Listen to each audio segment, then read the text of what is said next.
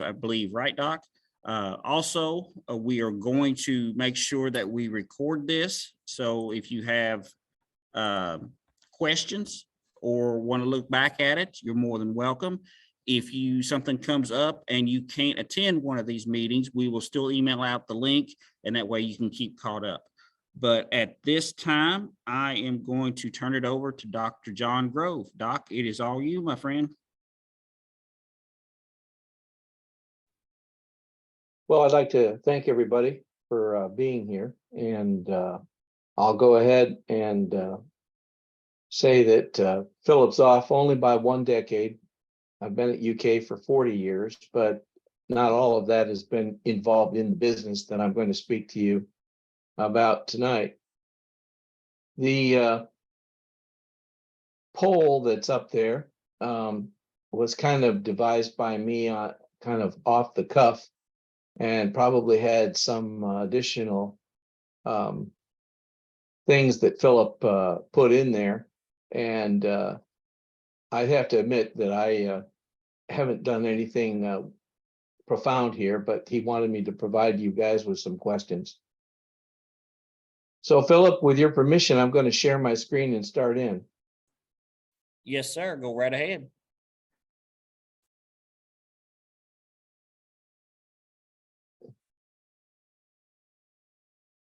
Okay.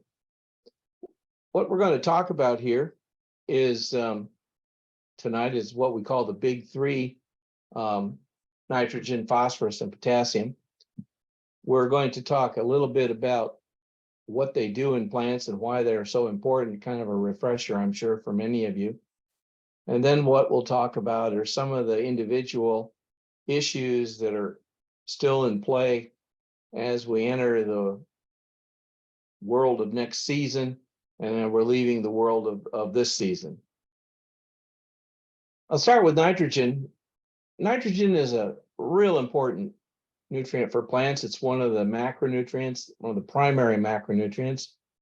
It's a major part of the chlorophyll molecule, which is essential for what plants do in terms of photosynthesis. It combines with other elements like carbon, hydrogen, oxygen, sulfur to create amino acids, which are the building blocks of proteins. The amino acids are used in forming the protoplasm, site of cell division, and they're important, therefore, for plant growth and development. And all plant enzymes are made up of proteins, so nitrogen is needed for all enzymatic reactions in a plant. This is an example over here on this particular side. We have a chlorophyll molecule on the left, and on the right is kind of a prototypical amino acid showing the role of nitrogen. That's the N in each of those particular entities. Phosphorus is also a primary macronutrient, although typically in plants it is at about 1/10 the concentration that nitrogen and potassium are. It plays a major role in energy storage and transfer through its role on ADP and ATP. It's a fundamental part of both RNA and DNA structures, making it a major part of the genetic information the plant acts upon and passes on from one generation to the next. It's extremely important to this passing on of generations because the highest concentration of phosphorus that we find is in the seeds of a mature plant, and is required in a very large quantity when that seed germinates, because the young cells forming shoot and root tips have a high metabolism and cell division is quite rapid. Potassium is different than nitrogen and phosphorus. It's not a component of an organic plant compound. It's typically in the plant as a cation, K+, and it balances out the organic acids. It provides electroneutrality roles in that space. It is an enzyme activator in that role, promoting metabolism, plant metabolism. It also has a role in regulating plant water use because its concentration and concentration changes control the opening and the closing of the leaf stomata. Water is released when it's open to cool the plant, and then CO2, carbon dioxide, and oxygen also have flows. Oxygen moving out as CO2 moves in. In the act of photosynthesis, potassium has the role of maintaining this electrical balance at the site of ATP production. Potassium definitely has a role in plant disease resistance, and because of that resistance role, potassium has a role in improving both grain and seed size and fruit and vegetable quality. We have here kind of a table of the structural nutrients and the primary and secondary macronutrients, and we're going to focus tonight on these ones here that are the primary macronutrients. Nitrogen, which in the soil solution, this form that's taken up by plants is either a nitrate anion or an ammonium cation. Phosphate, there are two anions, negatively charged species that are taken up by plants. And then potassium is taken up as the cation. I'm going to activate my highlighter here. And we'll use blue because we're all partial to blue here at UK. We're going to talk a little bit about the secondary macronutrients, magnesium and sulfur, next week. Now, there are three ways in which a nutrient will come to be at the surface of the root and present itself for uptake. The first of those is literally as the roots explore the soil, as they move through the pores of the soil, the nutrients that are nearby are basically acquired through what we call root interception. There's not much difference than if, I'm moving through a room and I grab something off a table as I go past it. But that doesn't account for much of the nutrients, particularly these primary macronutrients, in terms of how they're acquired by the plant root. The movement of nutrients to the root surface is really important. And there are two major ways in which this happens: mass flow and diffusion. When you have a mobile nutrient in the soil solution, like nitrate is very mobile, the moving water is already headed to the root as the root takes up water, and the nitrate moves with that water into the root, to the root, and then into the root. There are enzymes that control the transformation of nitrate as it moves across the root inside the plant. Diffusion is a different animal. There are certain nutrients that are not very mobile, phosphate and potassium among them. And what happens there is the plant enzymes start pumping those nutrients into the plant and reduce the concentration at the root surface such that diffusion starts to move. That concentration gradient causes more and more potassium and phosphorus to fall. You might say fall down the concentration gradient towards the root surface. This is extremely important in applications like banding, where what we're trying to do is present a higher concentration closer to the root so that the root and the plant do not have to do so much work. When a root does work, it burns carbon that it would have otherwise perhaps used to make yield or dry matter. So the bottom line is, one of the reasons we ban nutrients like phosphate is to cause the root to do less work and be able to acquire that nutrient more easily. Nitrate is a mobile nutrient, so we don't have to worry about placing it too close, except maybe when roots are really small. There's a certain amount of nitrogen that can be banded or placed close to a smaller plant to get it off to a good start. But it does make certain application patterns kind of problematic. For example, if you're applying nitrogen to corn with a Y-drop device, you're really not doing much relative to if you just dropped it down the center of the row, because the roots are going to get moving water in any application, and they're not doing much work because the water's already moving there. This is a diagram that kind of illustrates the different amounts of soil that are subject to absorption of these nutrients around an individual plant. So we have in this space here, this is the volume of soil that is being relieved of its nitrate, moving a good distance to this growing plant. And this volume gets bigger and bigger as the plant root system gets larger and larger. But this little volume around each root is the amount where you get the immobile nutrients absorbed from. Now, obviously, as more roots are formed, as root hairs are formed, as mycorrhizal fungi create associations with this root system, they also increase the amount of surface area that's in these absorption zones, and that does indeed increase the root volume that's extracting both P and K from. That's important to understand when you're trying to manage things like how you're going to place these nutrients.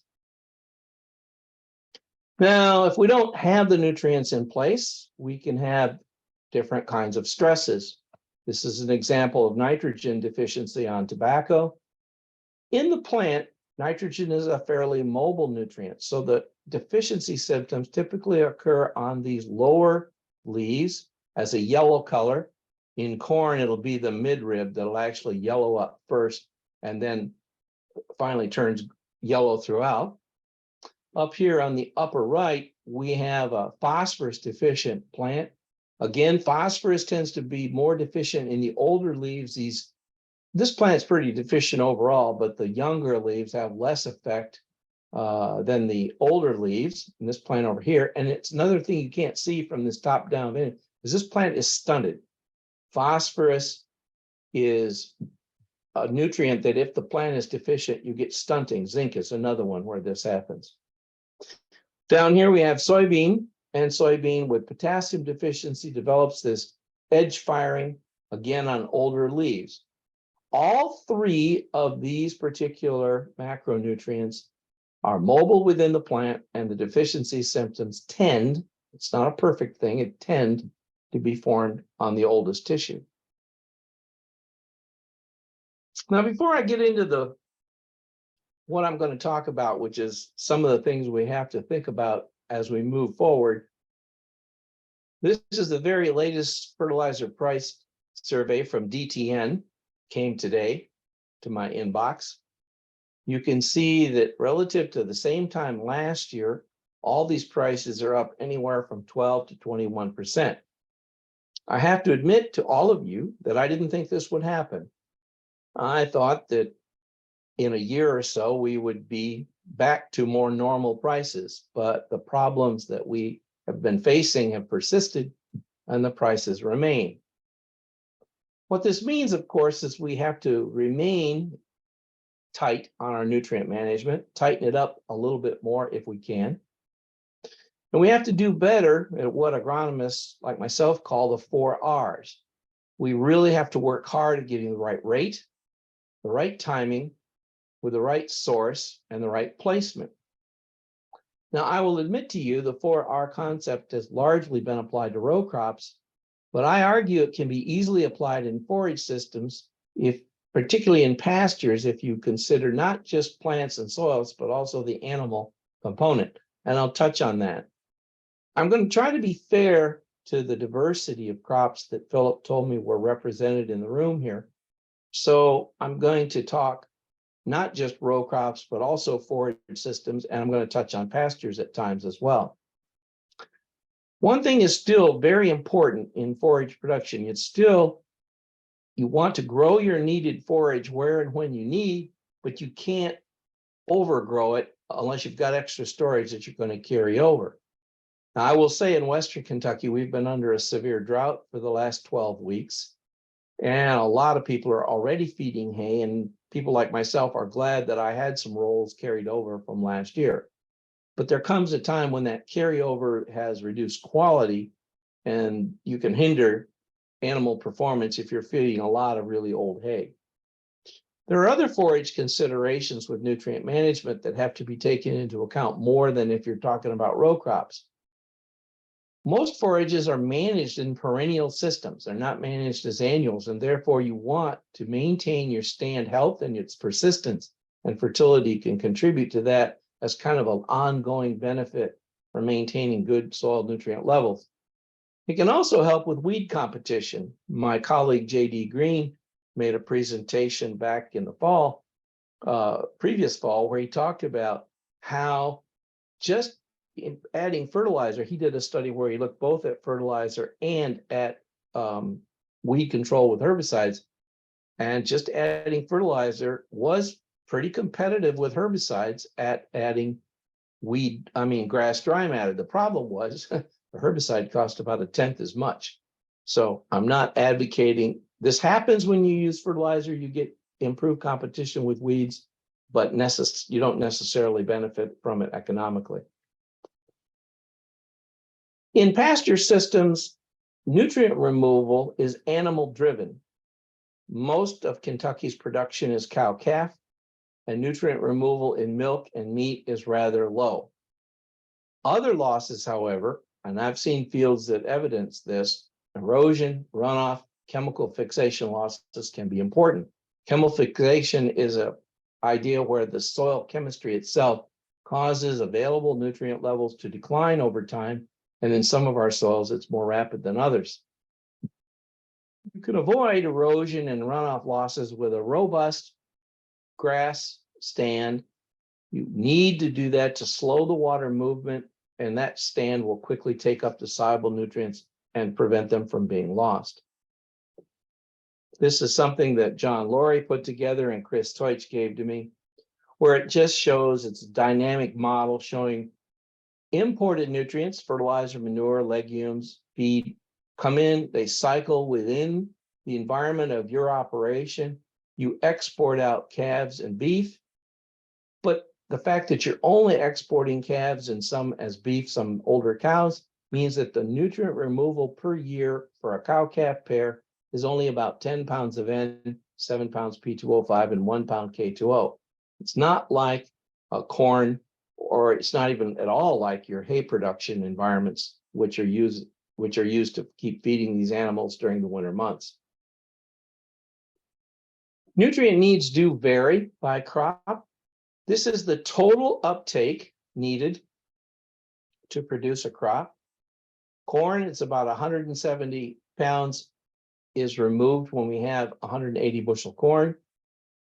With 60 bushel beans, it's 180 pounds here. And with grass hay, we remove about 105 pounds of N. Corn is a pretty heavy phosphate user. Soybeans are not bad, but grass hay, a 3-ton, which is a modest hay yield, will remove 54 pounds of P2O5.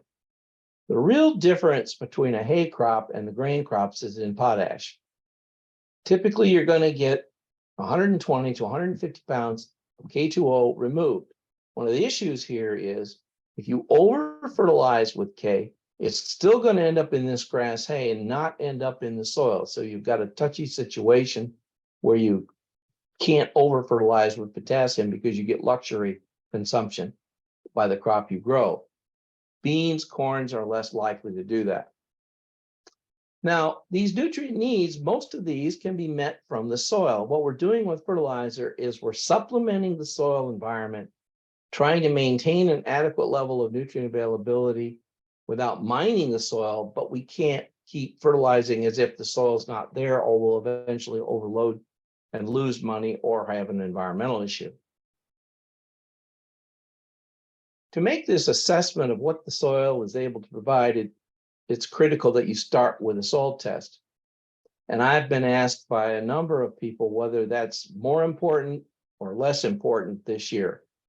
Given the variability that I've been seeing in terms of yields in areas of the state, I think it's going to be important that producers try to figure out where they're at with a soil test. It's not perfect. Every field can be a bit of a unique case, and in some areas, it can be parts of the field. I've traversed a field recently where the yield monitor, now admittedly yield monitors don't always tell the truth, yield monitor ranged from 0 to 280 bushel per acre in one strip across the field.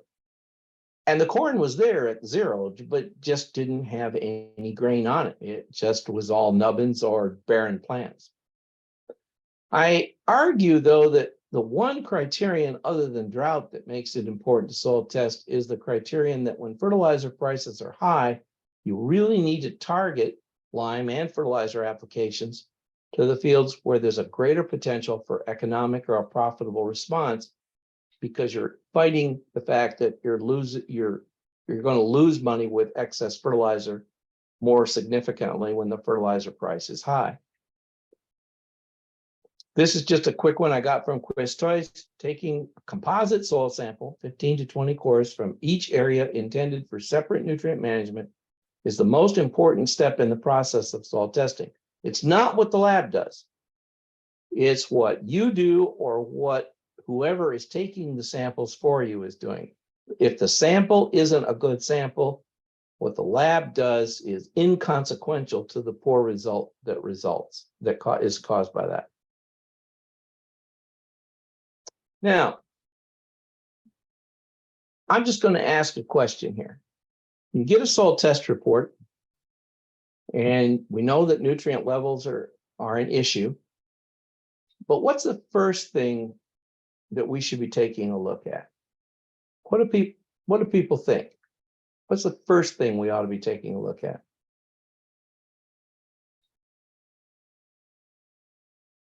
Nobody's going to venture a guess, I see. All right. pH. Yay, pH. That's my favorite one too. I'm going to argue it should be pH, because the soil pH is extremely important to overall nutrient availability. And at least as far as I've been able to determine, ag lime is widely available. We haven't had supply chain issues because we have a lot of limestone quarries in the state. I haven't heard of very notable price changes except on the delivery and spreading part of the equation. In other words, the price of lime hasn't gone up much, but the price of delivering and spreading it has gone up because of diesel fuel cost. Well, because of this, it's an input where if you have your pH right and it has an impact on these other things, it makes liming any acid soils you have a pretty high priority, because you can get a fair bang for the buck by doing this. You are maintaining, if you keep the soil pH in the right range, optimal nutrient availability. And in Kentucky, that means phosphorus and zinc on the grain crops. And in the forage crops, it means we want to maintain legume growth and nitrogen fixation, particularly clovers in a lot of these mixed pastures and hayfields. Overall, better chemistry and better biology means you get decent nutrient availability for your bank account because of what you've done to the crop. The drawback with lime is lime needs time. And I'm strongly recommending that, given the dry fall we have, people don't have nearly the excuse they would have in a wet fall not to get the liming done in a timely fashion. This figure is a figure that New South Wales and Australia put out, and Chris Toit and I cabbaged and managed a little bit. This basically says what we have here is what we call the missile diagram. But in reality, it's whenever there's width here, that's where the nutrient availability, where it's thickest, is high. And for most of the nutrients here, the thick region is somewhere between 6 and 7. There's a couple oddballs. Molybdenum is better off at higher pHs. But other than that, there's a pretty good balance among all the nutrients, micros, macros, secondaries, primaries, if we keep that pH somewhere between 6 and 7. Some plants do like it a little more acid. Blueberries are a great example. Some plants like it a little more alkaline. Alfalfa is a great example of that. But this is a general place you want your soil to be. Moving on.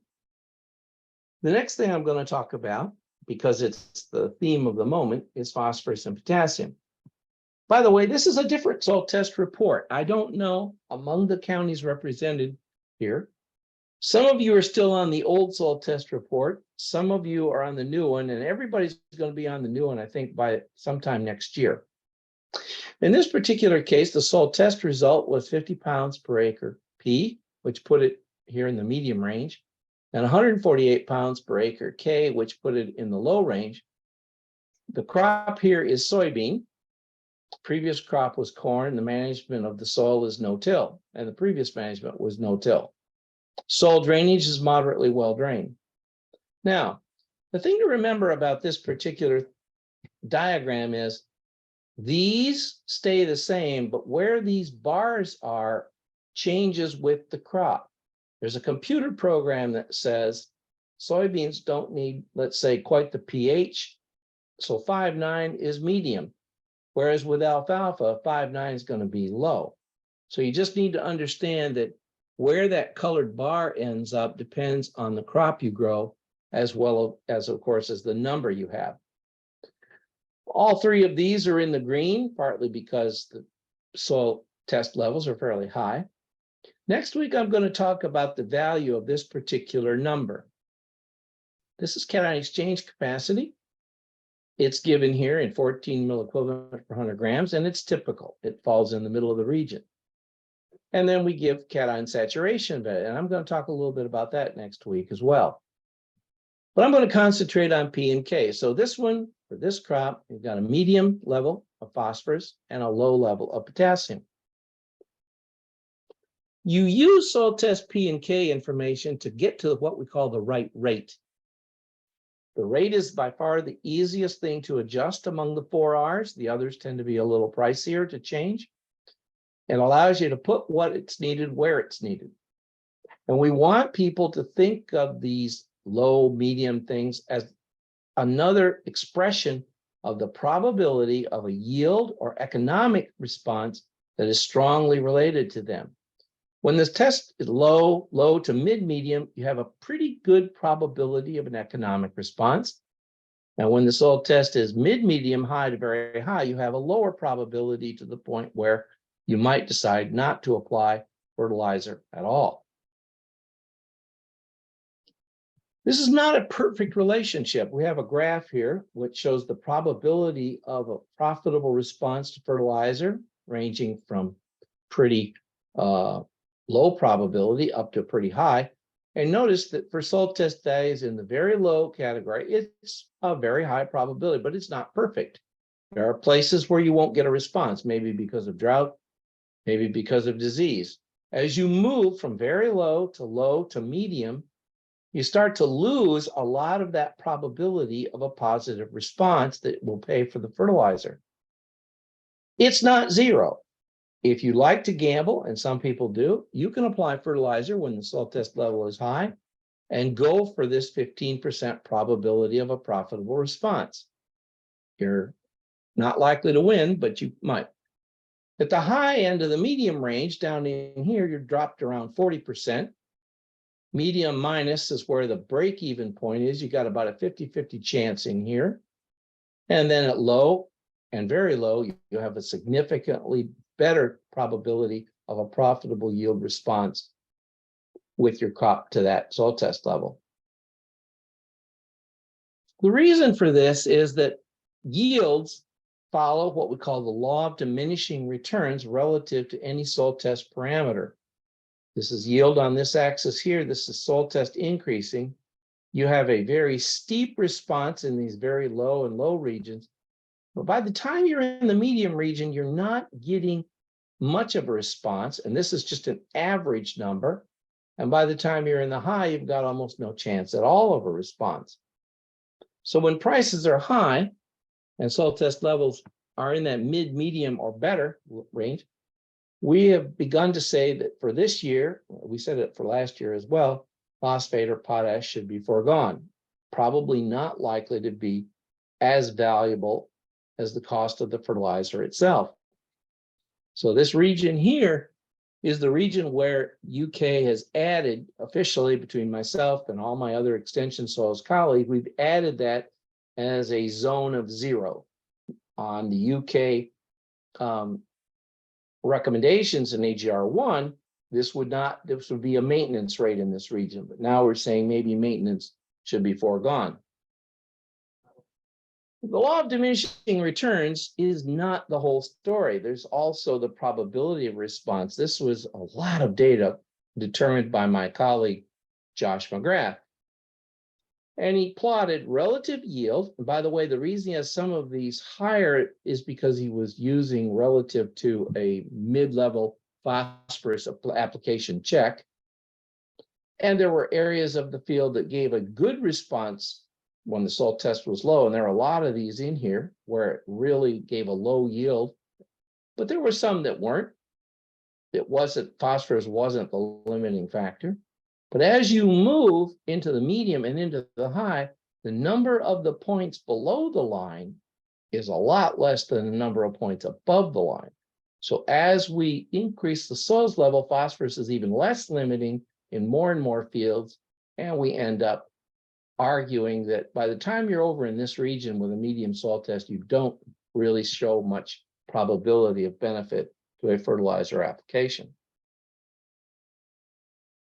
So if we look at our particular example, where we had 50 pounds of P and 148 pounds of soil test K for a crop of soybeans to be grown, this is where it falls in table 15 of AGR1.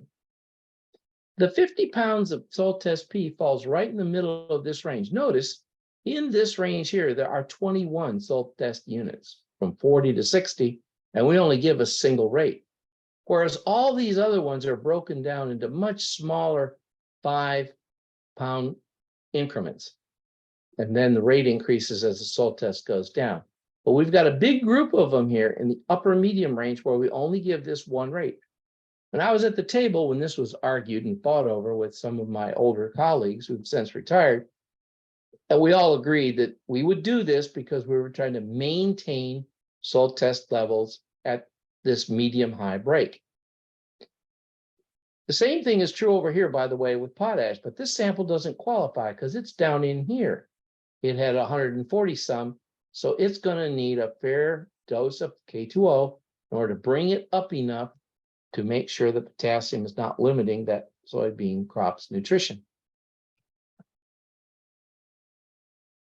So UK has always had this rule: when the soil test K reached 300 and the soil test P reached 60, no fertilizer was recommended. We don't recommend maintenance fertilizer of any kind above that level. What a lot of people didn't realize was we were recommending maintenance fertilizer in that region. A lot of people thought UK didn't believe in maintenance. UK believes in maintenance. It's just not readily apparent in the tables. Maybe this should carry a label, but it doesn't. And this year we're saying maintenance fertility, it can be beneficial in future years, but maybe in future years, maybe the price will come down when it's more affordable than it is now. What if the field was a grass clover pasture with an STP of 41 and an STK of 71? You're in the same region. Here you have maintenance fertilization. So we have applied this concept pretty uniformly. This is a different range on K, particularly it's higher. The soybean one started at about 241, 242. This one, so we're adding more K because grass clover needs more K, but we still have a region of maintenance that covers 30 soil test units of potassium where we're not recommending anything more than maintenance. This one here is for corn. It shows it was broken out differently, but effectively all of these go together, 242 to 300. They're all at the same rate, and then they're all maintenance. Same way over here. Corn is a little more sensitive to phosphorus deficiency, so it doesn't go down to 41. For this number, it starts up here at 46, so we apply more P2O5 for these 5 units of soil test than we would if it was soybean. Now, this is a private labs, which will remain unnamed, but you'll notice up here in the upper left, we've got 199 pounds of phosphorus, 344 pounds of potassium, and you'll notice down here, they make a maintenance recommendation that's not modest, 60 pounds of P2O5 and 80 pounds of K2O. Now, I'm sorry, I don't agree with that. I think this field or this area would easily support a good crop. In this case, the crop intended was corn, without any fertilizer, at least for this year. But this lab made this recommendation, even in the face of the economics that the grower was facing. My colleague, Grant Thomas, who's passed away, had this thing to say about people who put nutrients in the soil bank account, or you might say in the soil. He said the soil bank account does not pay interest. In fact, because of chemical losses to fixation, erosion, it actually, the minute you put nutrients in the field, you're going to have negative interest. You're going to have nutrients that never make their way into plant, giving the plant economic value. And the other aspect is there's chemical and biological uncertainty in those applications that makes the soil fertilizer bank even less valuable than leaving the dollars in the bank. And doses of needed fertilizer are more efficient at generating revenue than doses of maintenance fertilizer. So that's my point about what they're doing here. Moving away from rate to timing. Timing is really important, and it's a very difficult thing to optimize at times for the different inputs we apply in a farming operation. Lime, for example, we know it needs time to neutralize soil acidity. We like to put lime on in the fall in anticipation that the next crop in the next year will benefit from that. Poultry litter, the organic compounds in the poultry litter, the nitrogen, phosphorus, and sulfur, need to be mineralized biologically, and that takes some time, not 6 months, but certainly it's applied earlier in the plant's life cycle so that the nutrients are made available at a valuable time. Soluble fertilizers are kind of the flip side, particularly nitrogen. You can't be either too early or too late. You have to be on time. And the warm and cool season crops have different seasonal growth habits and different optimal, especially nitrogen application timings. You have to understand how your crop grows relative to seasonal temperatures, and you have to understand how the nutrient uptake occurs. Growth and uptake tend to follow a sigmoidal pattern like part A, the upper part. And if we look at the rate of change, you have a rapid increase in rate during this period, and then it reaches a maximum, and after that point, it begins to drop off. Consequently, you need to make sure your nutrients are available kind of right here so that when this takeoff occurs, you've got all the nutrients in place that the plant's going to need to reach this maximum up here by having a lot for that maximum rate point in the middle part of its life cycle. This is an example where we're looking at two of the annual crops. This is winter wheat. Its growth cycle, which it comes along, grows rapidly in May, and then is basically done in late June for harvest. And corn, which is planted sometime in early May, and it takes off and it's making a lot of growth. And so it's maturing later. This is your warm season and this is your cool season annual. But if we look at how the soil mineralizes nitrogen from its reserve, from the organic nitrogen pool, this one looks like this. So if you ask yourself, which of these crops is going to depend more on fertilizer and nitrogen for its crop nutrition? Well, it's going to be winter wheat, because the soil is delayed relative to the need of the wheat for nitrogen. The soil is delayed at providing that. And what we find is wheat has a much higher fraction of its nitrogen has to come from added fertilizer or some other input than from the soil reserves themselves. If we look at the cool season grasses, Dr. Teutsch provided me with this figure. If we look at cool season grasses, we have two major timings. We have just ahead of the flush of good cool season grass growth here, one application here. And then with a cool season grass like fescue, we get another opportunity, unless it doesn't rain. Some of us put on fertilizer this fall and then it didn't rain for 10 weeks. We have another opportunity, and we try to hit that by making sure we have good nitrogen availability here. Whereas if we're growing Bermuda grass, and Bermuda grass is capturing increasing acreage in this part of the state, we're seeing that the optimal timing is significantly later. Early April to get enough nitrogen to make sure that Bermuda grass has what it needs when it peaks. Notice also the Bermuda grass is very dormant throughout this rest of this period, okay? Nothing's happening, it's brown. Cool season grasses like fescue aren't like that. And now Dr. Teutsch is exploring an opportunity that they use in turf, which is to put 40, 50 pounds of nitrogen per acre sometime around Thanksgiving to the 1st of December to set the crop up to get some good tillering and good stand persistence so it takes off, starts even better in this spring period here. But the way in which nitrogen is timed is extremely important depending on the crop you're growing. When it comes to corn, the earlier you tend to apply nitrogen, the more you're ultimately going to need because we're getting a lot of losses of nitrogen. It's nobody's fault. Nitrogen is hard for the soil to hold. And as our springs have gotten warmer and wetter, we all want to plant corn early, but when should the end go on if we're also wetter and we're going to lose nitrogen? On the moderately well-drained to poorly drained soils, rates of nitrogen can be reduced by up to 35 pounds of N per acre if you delay as much as 2/3 of the N 4 to 6 weeks after planting, when the corn's anywhere from 6 to 10 inches tall.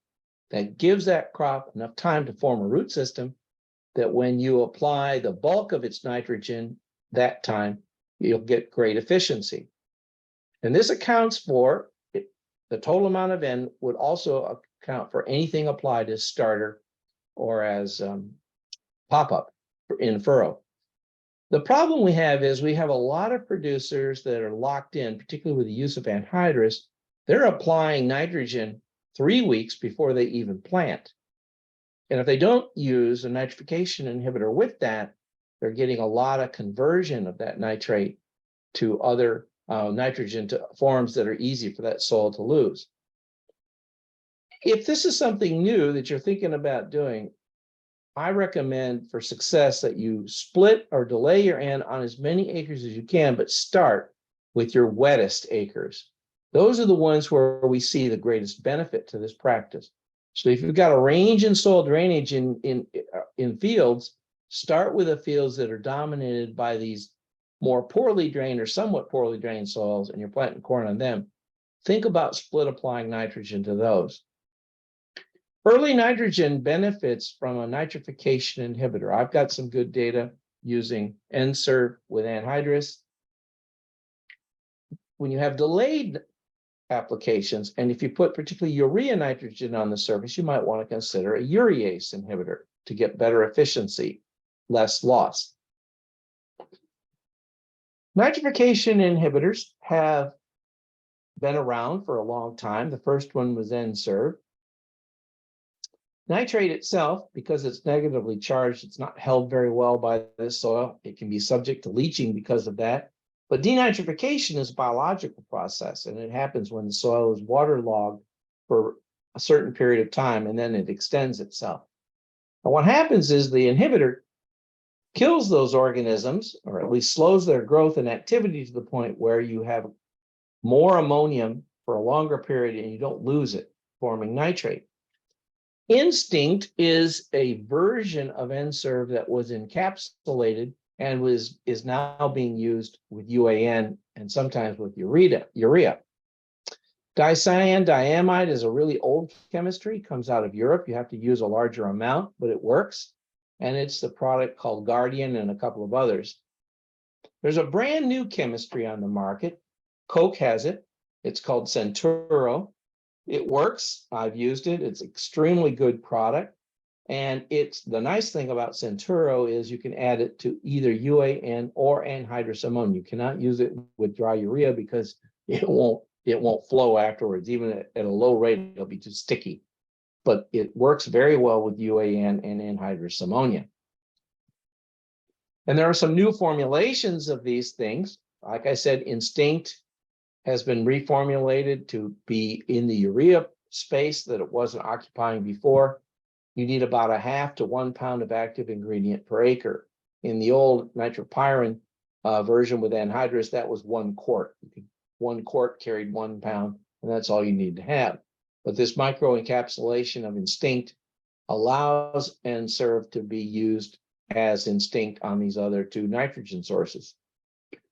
Dicyandiamide has been reformulated and added to Super U, which is a dry product, and Agritane Plus, which is a liquid product that can be put in UAN.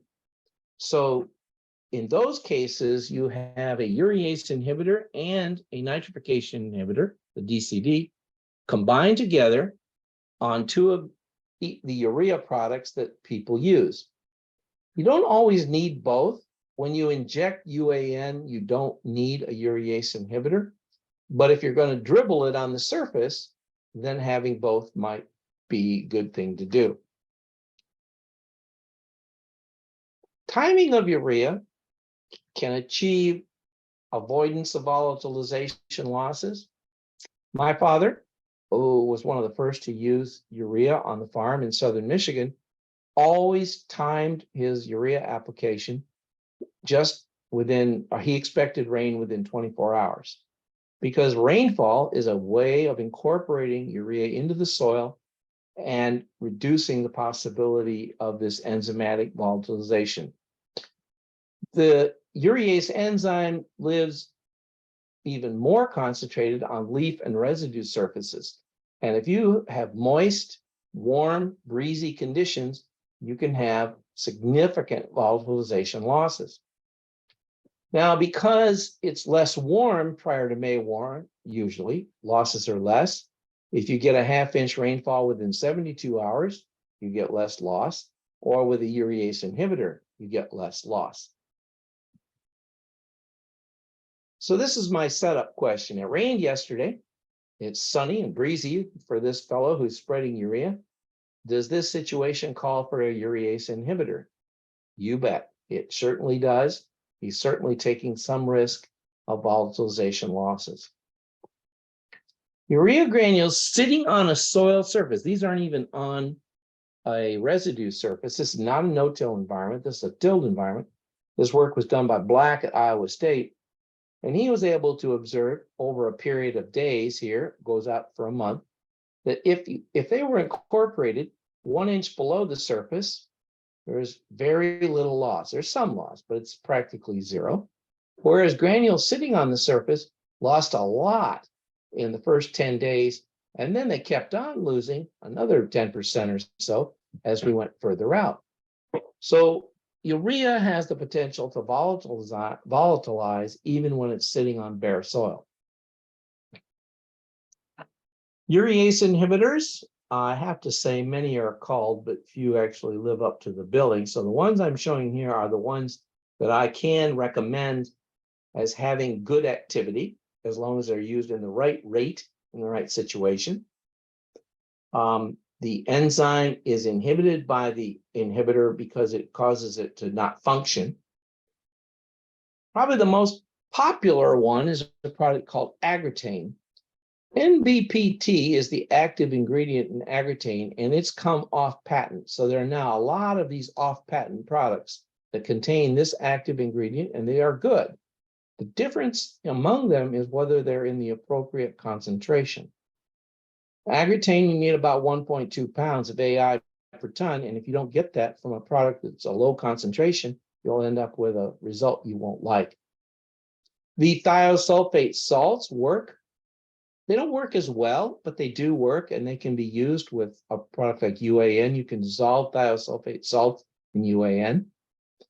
There's a product that's an analogous to NBPT. It's called NPPT. It's marketed as Lemus by BASF.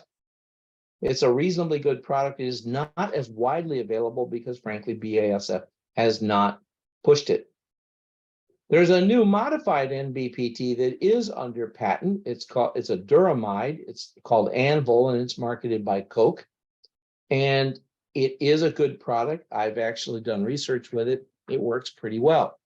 It's a little better than NBPT if your surface soil acidity level takes you down around 5.5, which happens in no-till environments with corn because we put a lot of nitrogen on the surface or near the surface, and we end up with more soil acidity.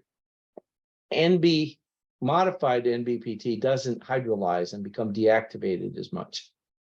Agrotane Plus and Super U are both good products for the NBPT they contain. The DCD does nothing to inhibit urease.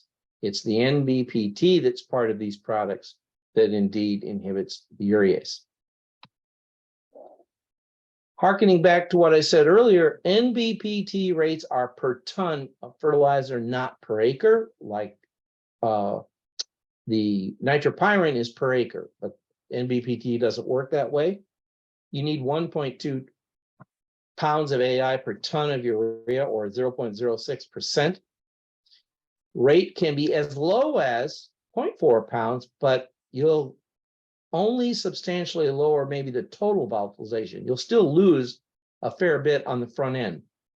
If you want to really delay the volatilization so that you can get a rainfall, maybe 10 or 14 days later, you would want to have the higher rate of material.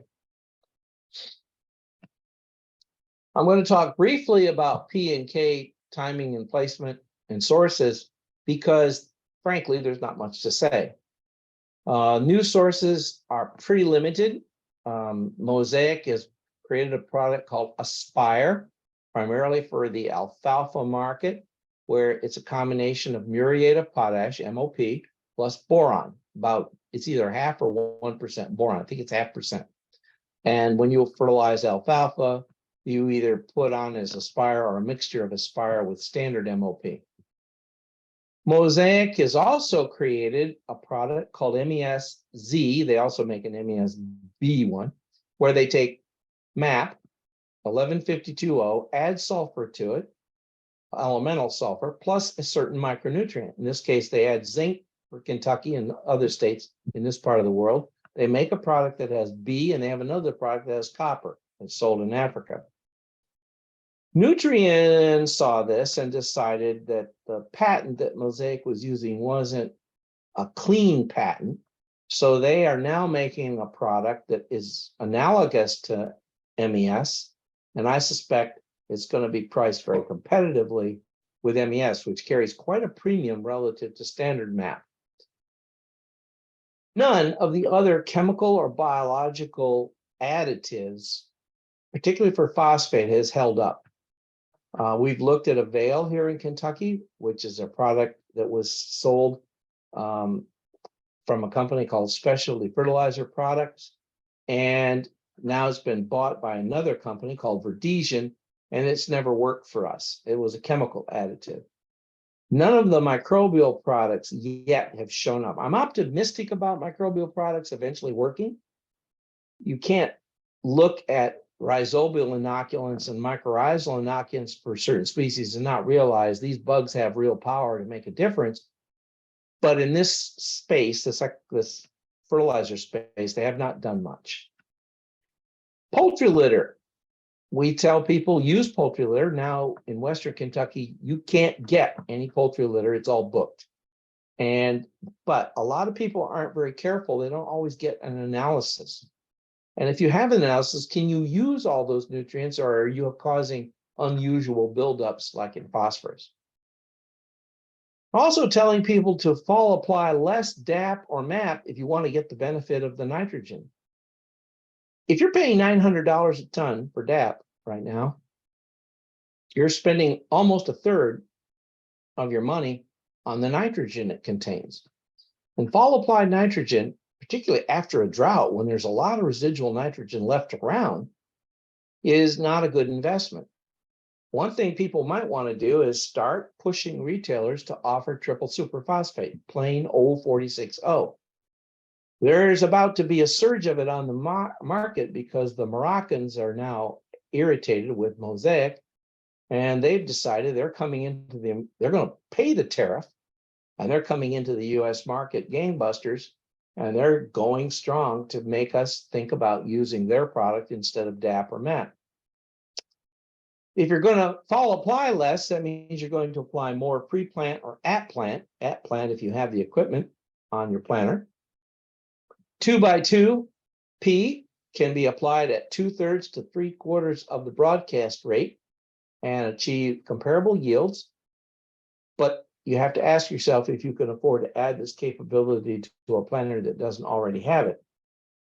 And if you're going to put this and put seeds close to it, you need to remember not all of it is, so there's usually some nitrogen or potash in these starters, and you have to keep the total N plus K2O to 100 pounds per acre or less to avoid salt injury in our soils.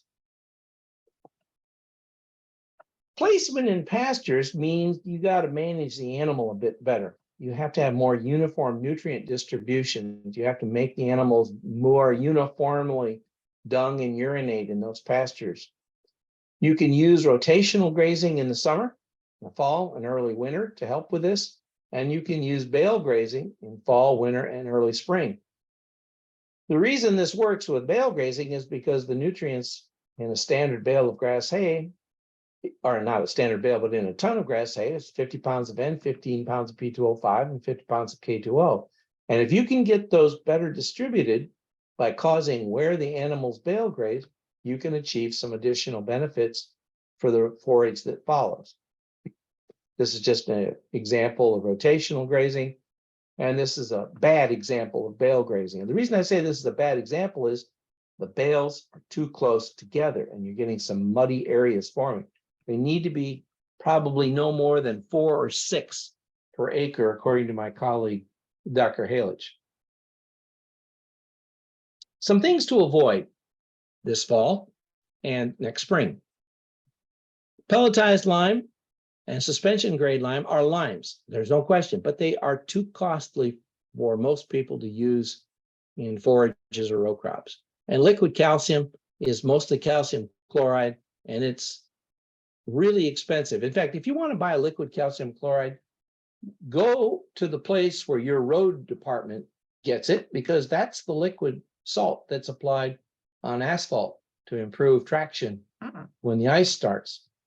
And trust me, road salt purchases are a lot cheaper per ton than what people are paying for this liquid calcium in a jug. I argue that 1919 and 92330 aren't really where you want to be unless you really need all these nutrients. Better off using a custom blend. Poultry litter has some of the same problems. People sometimes think they need sulfur or copper or iron or manganese, but unless you have some kind of a supporting plant tissue analysis, I don't recommend these, because we have no valid soil test for these nutrients in Kentucky soils. We don't know, we could extract them, but we wouldn't know what the numbers mean, because we haven't a correlation between the soil test value for copper, let's say, and the plant's need for copper. Now, if the plant tissue analysis says the plant is low in copper, there's a better chance you'll get a response and a foliar application might work. Low analysis and some of the microbial products, low analysis means low fertilizer analysis, or that are too good to be true as dry fertilizer replacements, should be avoided. I was recently treated to a situation where someone said a 2.5 gallon jug of a product was equal to 1 ton of triple 10. Well, a ton of triple 10 contains 200 pounds of N, 200 pounds P2O5, and 200 pounds of K2O. And if you think you can pack that into a 2.5 gallon jug, I got news for yous. There's no value to liquid humic acid or humus or the humate products, because you think, again, what's in a jug of that stuff? And a soil that only has 1/10% of organic matter has 2,000 pounds of organic matter per acre. That's at 0.1%. Most soils have at least 1%, which is 20,000 pounds per acre. So what are you going to get from a jug of this stuff? Chemical or biological additives that make fertilizer nutrients more available. I'm anticipating there'll be some biologicals down the road that'll help us, but in general, none of these have proven to be very valuable. This is my example. This is a product that shall remain nameless. It's got a good analysis. 11.85 on a foliar product isn't bad. But if we look at crops, alfalfa up here, they wanted, 1 to 2 quarts an acre after each cutting. And then for a lot of the other crops, 1 to 2 quarts per acre. Now, let's say you make 3, 4, 5 applications of this stuff. What are you getting? Well, a 2-quart application, the 2 quarts weighs 5 pounds, weighs about 10 pounds per gallon. That means if you apply 2 quarts per acre, the maximum suggested on the label, this is how much nutrient you actually get in that application. 1/2 pound of N, 1/4 pound of P, 0.4 pound of K, I mean, really? When you look at what crop needs up here, these are row crops, but forages are no different. These things are a smidge. It would take a rate of 10 gallons of this product, 20 applications gives you 10 gallons, and all you're going to get even then is 5 to 10% of the total uptake.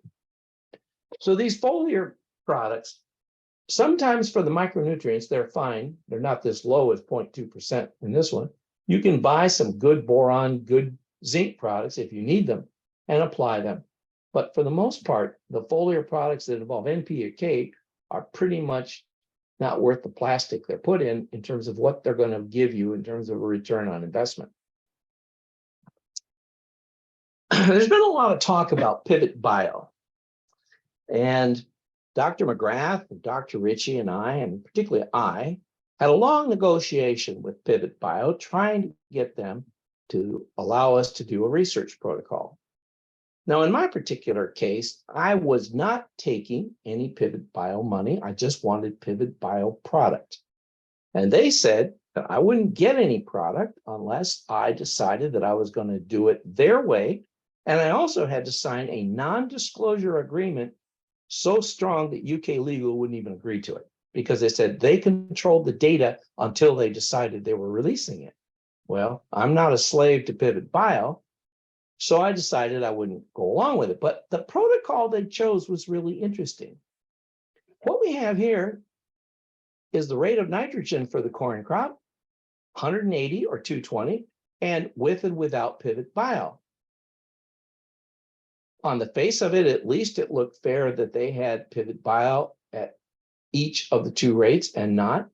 But then I discovered that the main focus, I just happened to talk to one of their local reps, said, well, the two treatments we care about are these two. Anybody care to critique that particular arrangement? Remember, this year, Pivot Bio was saying, we're going to replace 40 pounds of nitrogen. Okay, so here's a 40-pound nitrogen differential with Pivot Bio.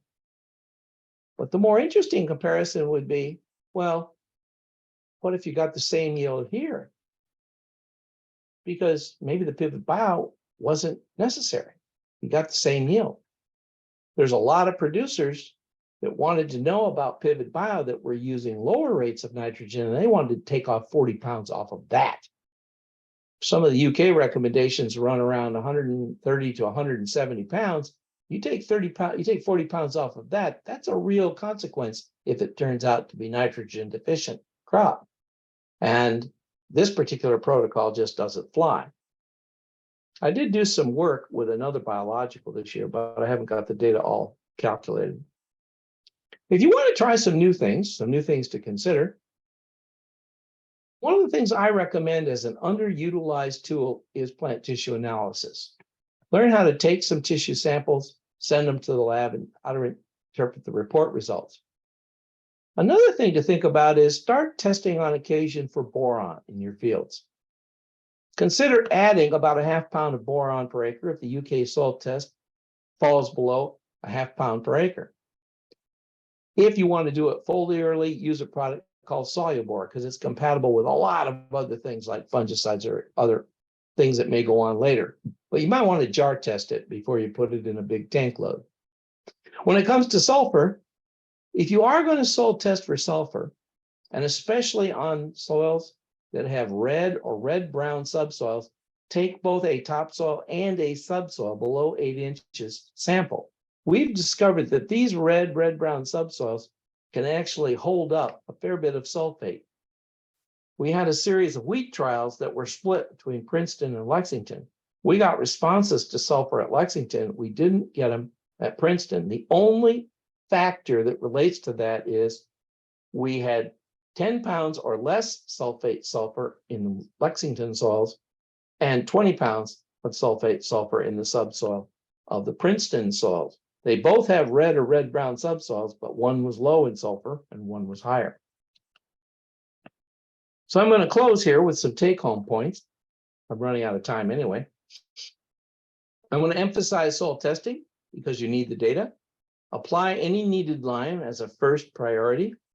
And until the prices moderate, let's not do too much maintenance fertilizer. We want to put on fertilizer that's needed, but maintenance rates have a different objective. You're maintaining a soil test. You're feeding the soil, not feeding the crop. Avoid products that are too good to be true. And delayed end timing on crop like corn can mean you can use a lower nitrogen rate. And avoid both losses that you can observe, particularly in corn and sometimes in forages with a urease inhibitor, but avoid those by either delaying the timing, injecting it in corn, you can do that, or using inhibitors.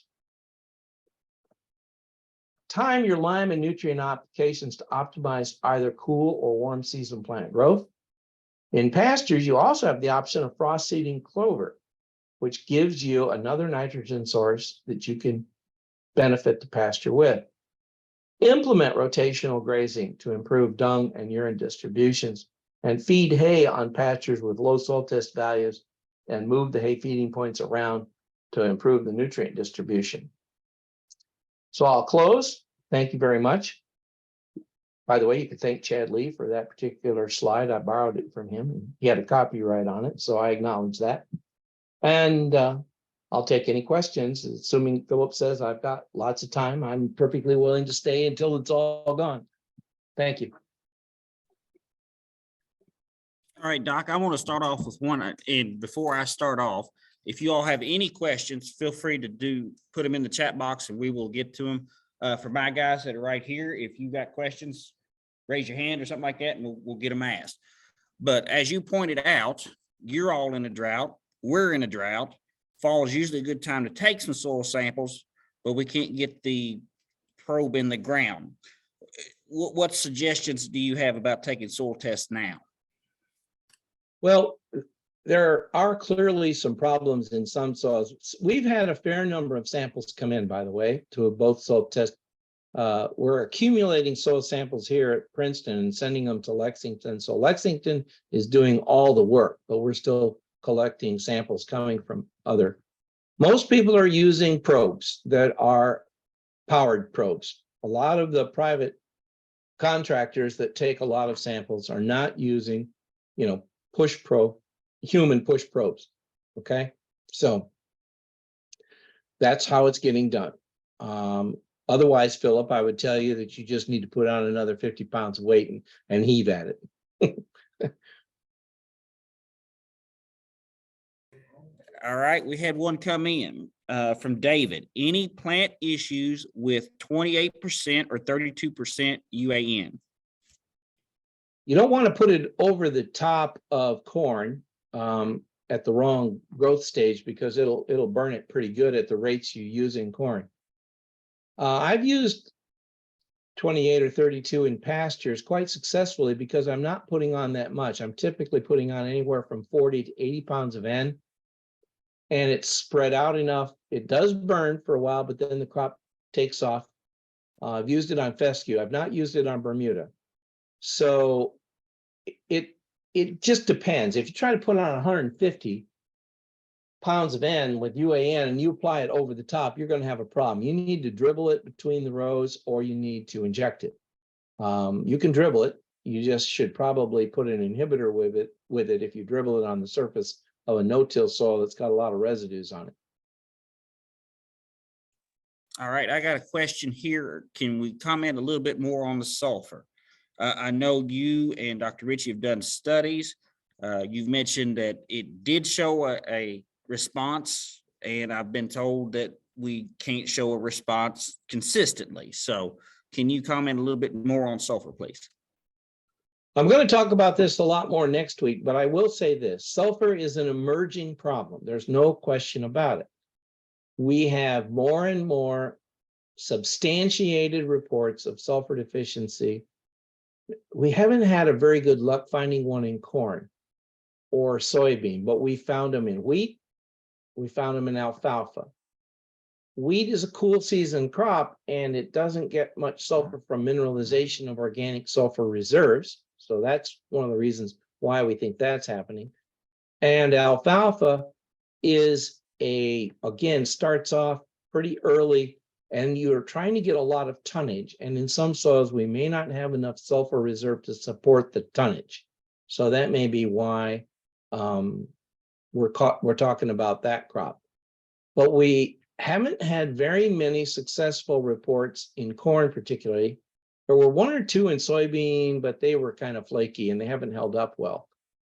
We're still looking for more issues with sulfur. A lot of growers are applying sulfur prophylactically. If you're worried about sulfur, don't apply more than 10 pounds of S, which is a smidge. It's about 50 pounds of ammonium sulfate per acre. That stuff is really expensive, and you can easily get what you need with 50 pounds if you're really worried about it. But again, I argue, start using plant tissue analysis and start understanding how to interpret those, and that'll help you understand which fields might be better candidates for that sulfur application.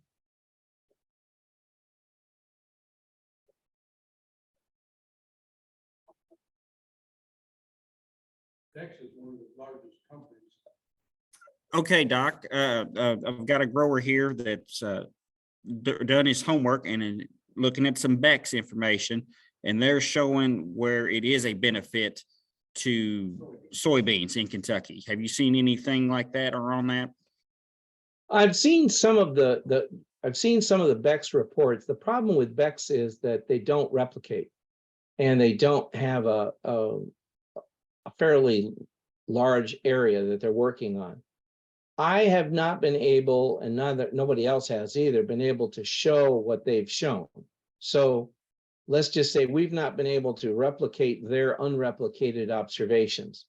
I'm not saying that we won't find sulfur deficiency in soybean. I think we eventually will, because we're just not releasing enough into the atmosphere to sustain our cropping systems as we intensify those.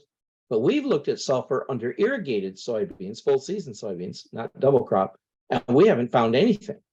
So, and this is on soils where we would expect to find it, out in the purchase where we don't get a lot of sulfate hanging in the subsoil.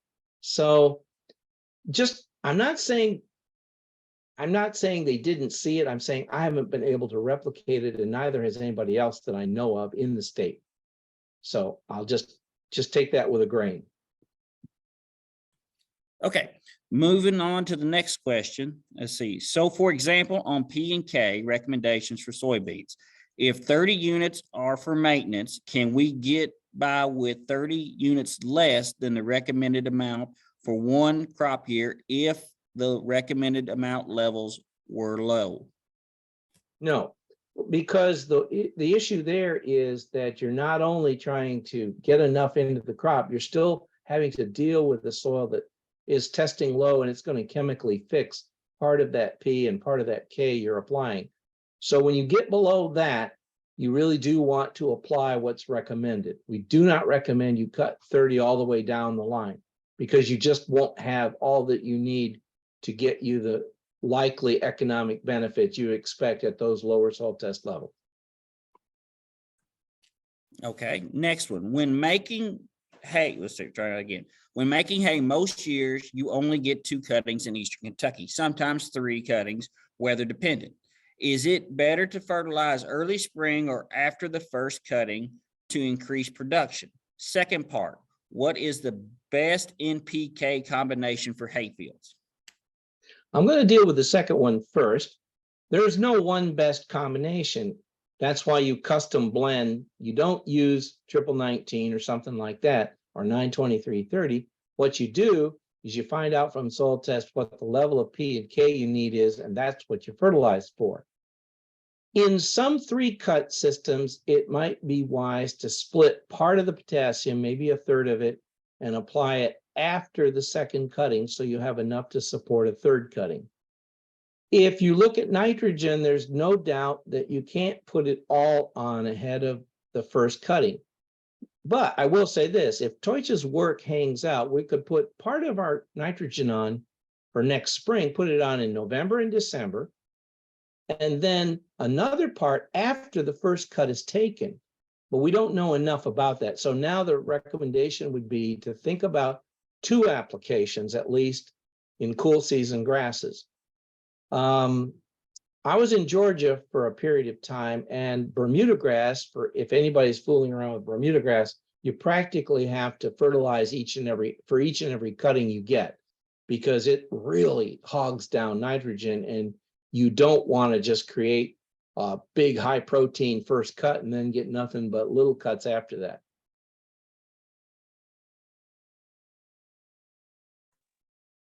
All right, any more questions? You can put them in the chat, or I guess at this point, feel free to unmute. If you think of some over the week while you're waiting for the next class, feel free to email them to your county agent, and they can get them to me, April, or Dr. Grove himself, and then we can address them since he's going to be here next week, the first part of the session. If no other questions, thank you all, and we will see you 6 o'clock Eastern time next Tuesday night, and we're wanting to address basically anything but NP and K on minerals. Correct, Doc? Right. And then with a little bit of a digress into CEC interpretation at the end.